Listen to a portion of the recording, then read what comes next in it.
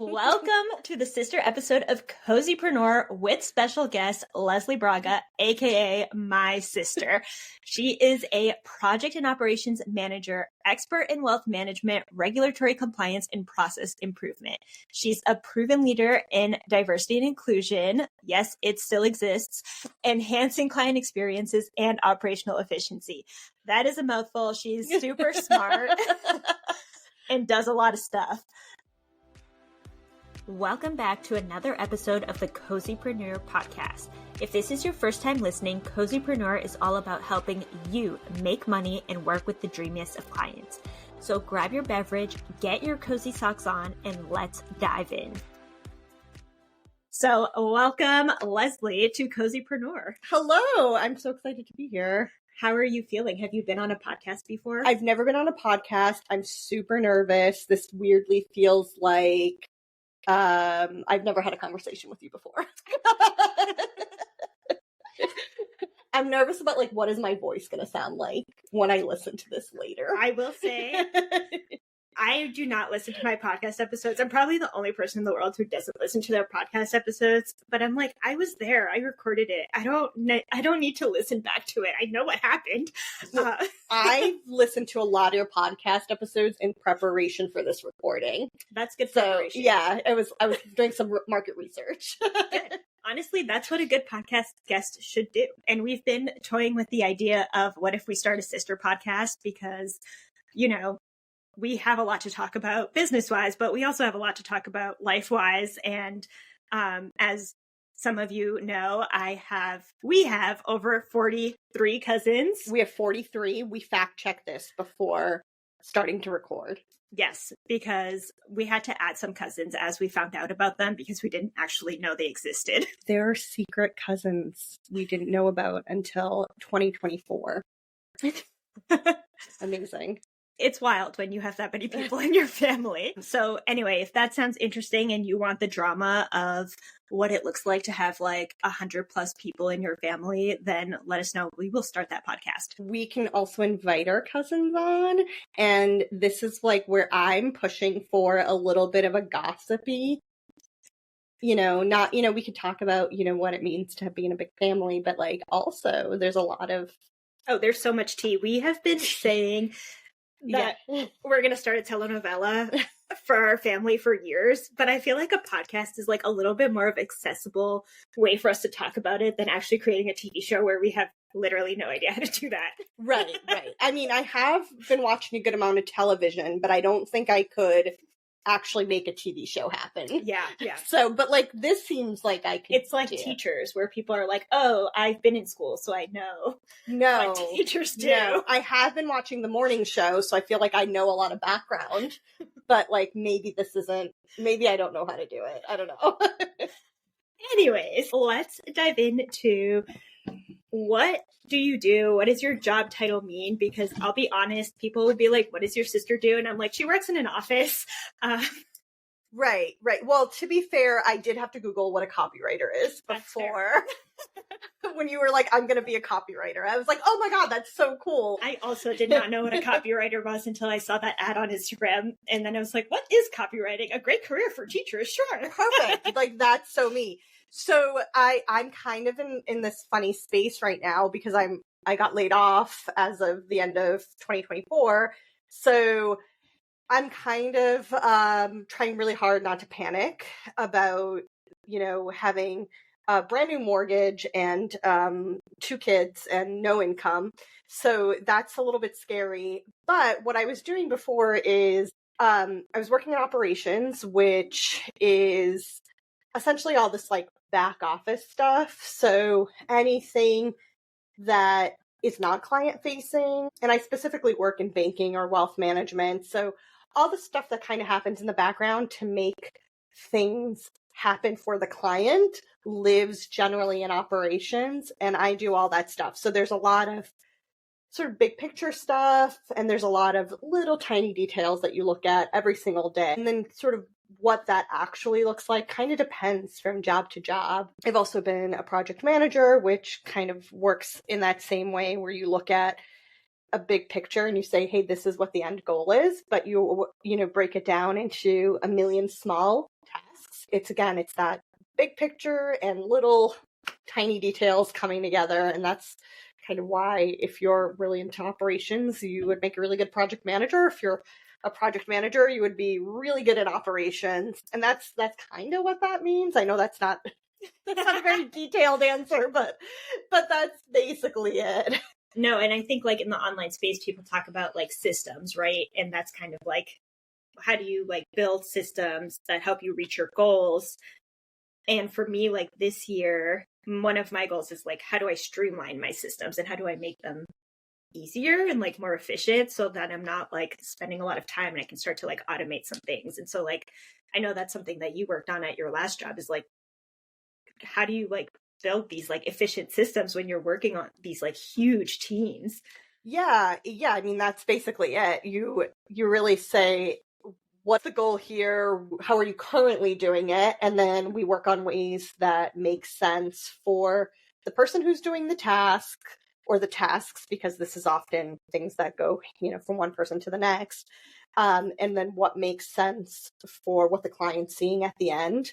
Or, in your case, it would be like, how are you doing it?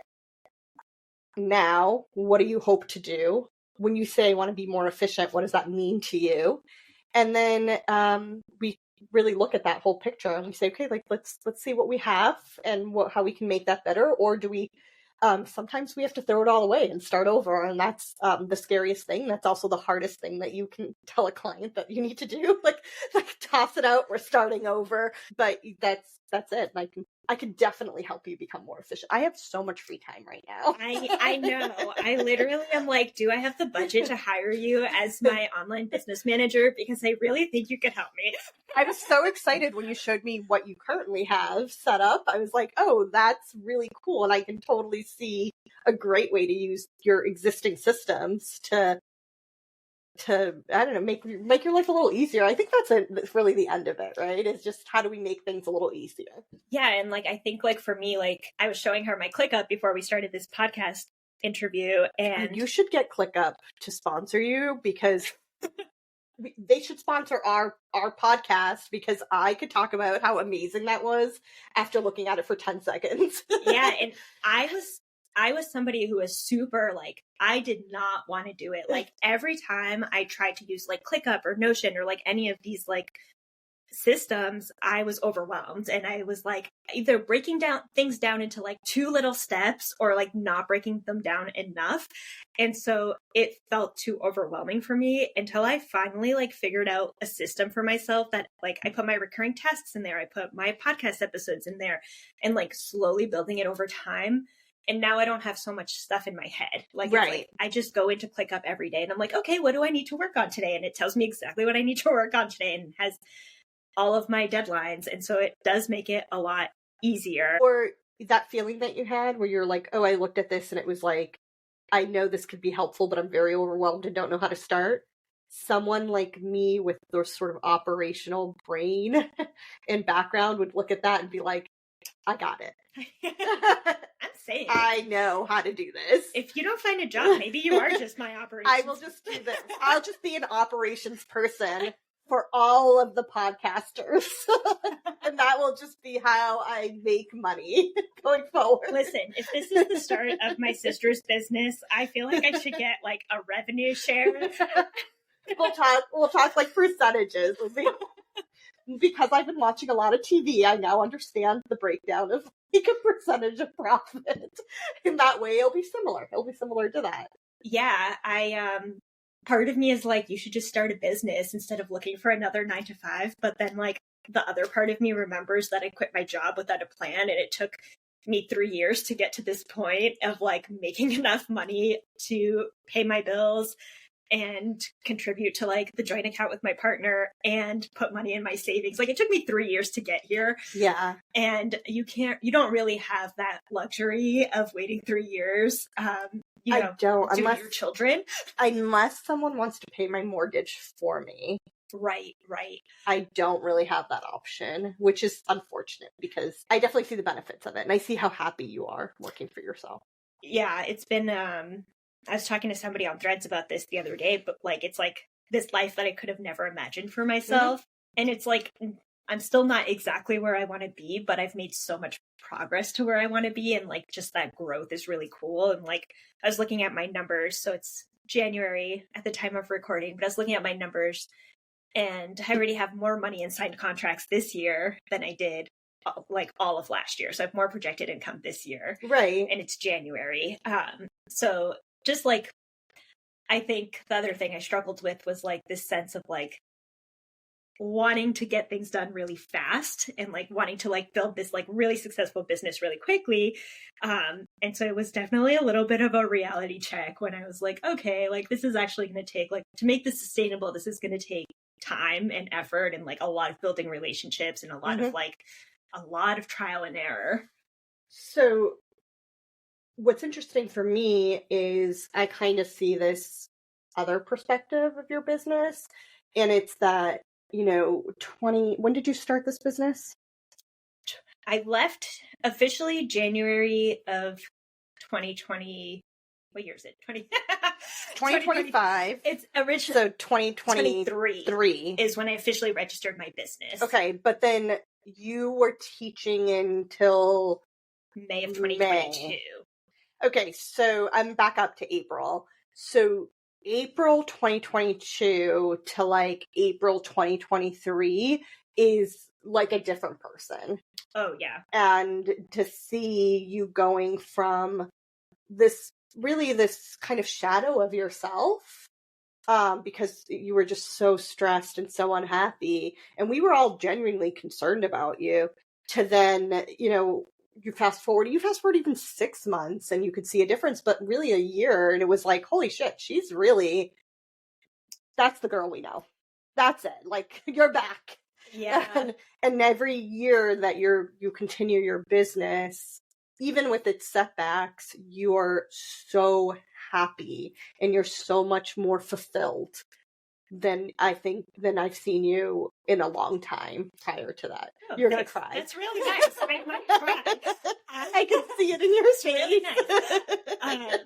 But it's really true. And like, I saw something yesterday online about like, when you leave an abusive relationship, like how long it takes for you to like regroup from that. And like, I think about like my relationship with the school district, and it was like a bit of an abusive relationship. Like, they didn't treat me well. And they kept trying to drag you back in. Yeah. Well, listen, this is a can of worms. We're not going to get into this. We won't today. go into it, but it was like, you were like, I'm done. And they were like, no, you're not.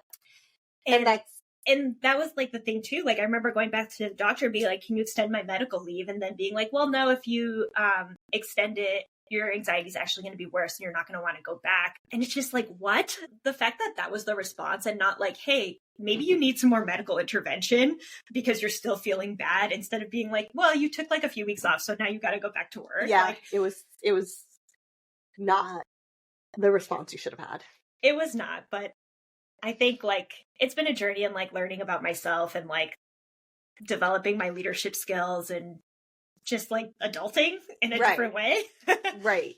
If you want to continue to develop your leadership skills, I would suggest just spending a little more time with my daughter. She has excellent leadership skills. She does. If you don't know, my niece is 3 years old. 3 years old. And she's got quite the leadership style, is how we're going to phrase it, because we are here to empower young girls. Yes. She's a little bit bossy, but not towards everybody, just towards her little brother. I can't wait to see her like grow up and be like a boss bitch. I think she will be. I think she will be. But it's weird because she's not weird, but it's just kind of funny dynamic, because she likes to tell him what to do. She likes to make sure he's doing what he's supposed to be doing. And then she's also like extremely caring and sweet. And, you know, I think you were with us, and we were leaving the YMCA, and a kid was outside with his mom and he was crying, and she like did not want to leave. She like needed to make sure that kid was okay before we left. And it's just, she's like empathetic and so sweet, and like sometimes just so mean to her brother. Like, not mean, but like so bossy to her brother. And I think it's a sibling relationship. They fight, and then they'll hug it out. And I have this really adorable picture of her like lying on the couch and he's just like slumped on top of her also, and they're both watching TV together. And it's like, yeah, that's siblings for you. That is so sweet. And I know I have a lot of mom listeners who are definitely going to relate to like the sibling rivalry and like the balancing of life with multiple kids. Yeah, it's a trip, and it's fun and it's exhausting, but one of the things we were talking about before we recorded the podcast was this idea of keeping our culture alive. And I'm remembering this because we were talking about like why you teach your kids Portuguese. And it's something that I've started to incorporate more into my content, like the fact that like I am first gen, and like it really changes the way that I view the world and how I view things going on in this country right now. So I guess I'm wondering, like, as we're talking about this, like, what does it mean to you being first gen, and like how do you think that's impacted your life and your career trajectory? So I think this is it's such a difficult. I'm like, hey, wrap up your trauma in a little bow and yeah, answer you are. You're like, this is a really, and I think it's difficult to be so publicly honest about what it means to be successful in this country. And really what it means is you kind of have to like pack away your cultural side and really lean into like your middle class white side. And that does mean really just, I mean, to sort of back up, when I tell people that I'm Portuguese, they're very surprised. And it's like, that makes me a little bit sad because that's such a huge part of me. You know, we've spent our summers, you know, in the Azores. We eat Portuguese food. We listen to Portuguese music. We speak Portuguese at home. And it's sad to me that it's invisible to other people, that the culture, that cultural part of me is invisible to other people. And I've had people say like, why are you teaching your kids Portuguese? And it's like, well, because that's like a huge part of who I am. And I it's important to me that they relate to that. It's important to me, you know, that they go back to where we're from and that they visit and that they feel connected to our heritage. But it's also important to me that I go back and that I feel connected. And, you know, some of that's, I think right now it's almost easier for me to feel connected because I'm working so hard at making sure my kids feel that connection. So it sort of comes back. I mean, we read a ton of books. I think you're going on vacation, and I have already sent an assignment with you that is to collect as many Portuguese children's books as you can find. I'm placing an order to get picked up and sent. But it's hard because you almost feel like you have to, not hide necessarily, but you really have to lean into like being a white American and leaning away from this cultural piece of you. And it's the double-edged sword of the privilege, right? Like we have that privilege of being able to go out into the world and be presented as white. Like when people see me, they're not being like, oh, this girl's an immigrant or this girl is raised by immigrants. Like they're seeing a white person. But then like the downside of that, and I think this is where a lot of like Americans, like a lot of white people, they don't see this downside necessarily, is that you do lose your culture and you lose like where you came from and who you are. And that's like, I think why like growing up, I always related more to like other immigrants and Black people, because it's like there's this culture there that's like not white supremacy. And it's interesting, like thinking about like my life, right? Like growing up, probably through like 10th grade, I was the immigrant kid. I hung out with other immigrants. Like it wasn't until I started really applying to college, and I think college was really the first time where I was like, I'm white. And I was like, I moved away. I kind of like rebuilt this identity. And I remember people being like, well, like being on the phone with mom and dad and people being like, what alien language are you speaking? And it's like, that's fucking rude, dude. Like, It's also, you know, major countries speak the language. It's like, relax. It's like the sixth most spoken language in the world. Right. Whatever. Right. And what's funny about that is because I was sort of the immigrant kid, I was encouraged not to apply to colleges by people at the school. Like, I have this really incredibly sad story. It makes me so sad for young me, but your guidance counselor is required to meet with every student and talk about college. And when I got to my appointment, she was sort of like, well, you know, I was like, I don't really know how to apply to college. No one in my family's gone to college. I don't know anyone who's gone to college. And she was like, well, college isn't for everybody. And no, like, there are a ton of scholarships for first time. No financial aid. I was like, I don't think I can afford college. And it was literally like, well, you know, there are other things you could just go to work. And then this was back pre-internet age. She handed me like this giant book that was like as thick as the original Yellow Pages.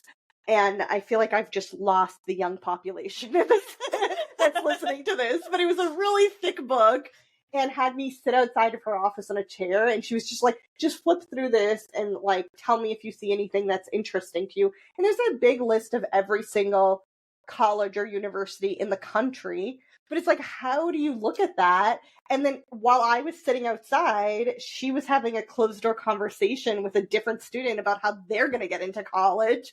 And like, I wish I could go back in time and hug that person and be like, you'll be okay and you're going to figure this out. It's going to be a very windy road, but you'll get there. You'll go to college more than once. Yes, you're going to go to college for the next 20 years. But it was a really windy road. It was a very difficult road to get to and to get through college.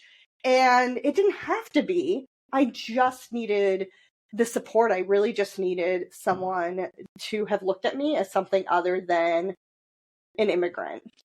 That's like, I remember like picking classes for high school in 8th grade and them being like, no, you don't want to take more than one honors class because you can't handle it. And it's like, I know they told the other kids that weren't in the immigrant program to take multiple honors classes. And yeah, just like, I feel like what's so hard, besides like the fact that, you know, our parents are immigrants and like we had to support them and we had to be the adults at such a young age, but it's like we had to figure everything out for ourselves. And that's what's so hard is like your kids going to college are going to have just such an easier time because they're going to have us as resources if they choose to go to college, but they'll have somebody who's been there before. They have the process, and it's like everything. They have people who have mastered the language to know how to fill out a FAFSA, for example, which I hope will be not an issue by the time they get to college, but whatever. But yeah, I think like part of that, it's like another double-edged sword where it's like we both had to grow up so early to figure stuff out and to like, you know, build this life with our parents. And in some ways we lost our childhood, but in other ways, I think that's like what makes me so successful in life and like what makes me like why I was so confident I could start a business is like, well, I figured out everything else in my life. I will figure this out too. I know I can make it work. True. Yeah. And I mean, going sort of to this idea of like how other adults treated us as children, it's kind of like other people were treating us as immigrants or as non-immigrants as it suited them. And so it's hard not to lean into that as you're growing up. Can you give an example? Yeah, like I'm thinking of things like going to the doctor with your, you know, with mom and dad and being like the translator. I hate that. I hate that too. And also extremely inappropriate. If you are a doctor, you're not even supposed to. I found out as an adult. They don't let you anymore. At least the last time I went to the doctor with dad, they were like, no, we're calling a translator. And I was like, great, thank you. Yeah, you shouldn't. If you're a doctor, do not let children do this. But like that's a great example of it. It's like, why was that okay for me to have to fit into this adult role as a translator. But then, like, when I'm trying to apply to colleges, it was like, you're too immigrant, or you're not good enough to do this, but I am good enough to, like, have a conversation with the electric company about rates when I was like 10. You know? Yeah. I feel like we're striking nerves with every single population of immigrants. Listen, but I honestly feel like if you grew up first gen in this country, you're probably going to relate to a lot of the things that we're saying, since like you are living in these like two different worlds at the same time, and it's really complicated to figure out like who are you in the middle of all of this. And like, I don't know, it's I think it feels, for a long time, it feels like you have to be either this or that. And it takes a lot of getting to know yourself to know that you can be both, right? Like, I don't have to be a white American with no culture. I can be a Portuguese white American, and that is defined however I want it to be defined. And I think it does require a lot of like constantly talking to other people, constantly talking to white people about, or, you know, other white people about,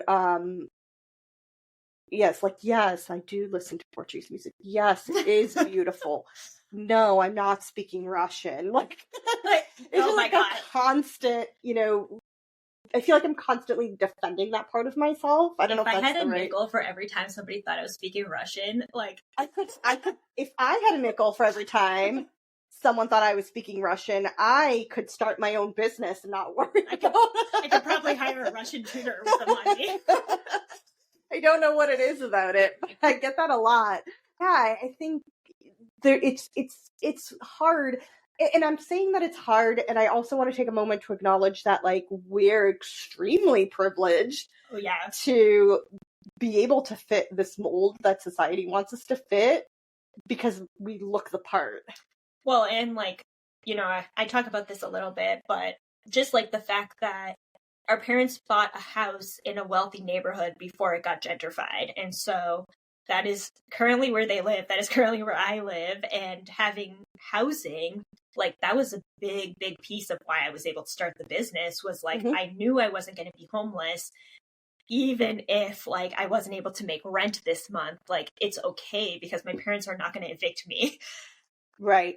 And so that's like a huge piece that I think like in the online space is, you know, we have a lot of moms, we have a lot of people who are not able to do like traditional work, but there's not a lot of conversations about like what supports do you have in place that are actually going to allow you to be successful, allow you to have those pieces. And like for me, like, it was having secure housing, it was having a partner with a second income, it was having $30K saved up in my bank account that gave me that flexibility to be like, hey, I'm going to live off of this for the next year or two while I figure out how to make money.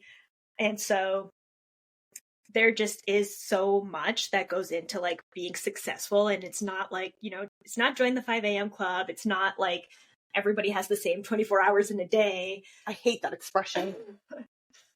It's definitely written by a white man. Yeah, I believe that. You have to fact check that. I agree. I think it's so disingenuous in the online space to be like, you can just start a business. And it's like, no, you can't, because it's not the same for everybody. You do need to have a lot of pieces in place for yourself, which are not possible for most people to have in place. And it's not like I just have to save 30 grand. Like, most people can't do that. I had an extremely high paying job. I cannot save 30 grand. And, you know, pre-layoff, but still, pre-layoff, it would have been really difficult to save that much money because there's just life. And so it just irks me so much when I hear the type of rhetoric, like this, just, you get up earlier, or like, we have the same 24 hours, or if you really wanted to, you would. And it's just like, shut the fuck up. And it was stressful when I ran out of money. Like, it was very stressful. Like, and I talk about this in a different episode, like me starting to do Rover, like that decreased the pressure so much in my business. And like, just having like that lower pressure, I've been able to make so much more money because I'm not coming into it like, oh my God, I need to make money yesterday. Like, I'm stressed out. And instead it's like, okay, like when I make money, it's exciting. It's a celebration, but it's not like, okay, this is tied to my like basic human needs and ability to buy groceries. So that is definitely something that I've had to learn the past few years. So there you have it. I had asked my coach if I should bring my sister on. And she said that it'll be like when kids see their teachers in the grocery store, they're like excited to see that they're real people. Let me know if you feel like I'm more of a real person now. I will say this conversation, as heavy as it was in parts, was very similar to actual conversations that we've had. We have Focus Friday. We'll work in the same space and not talk to each other.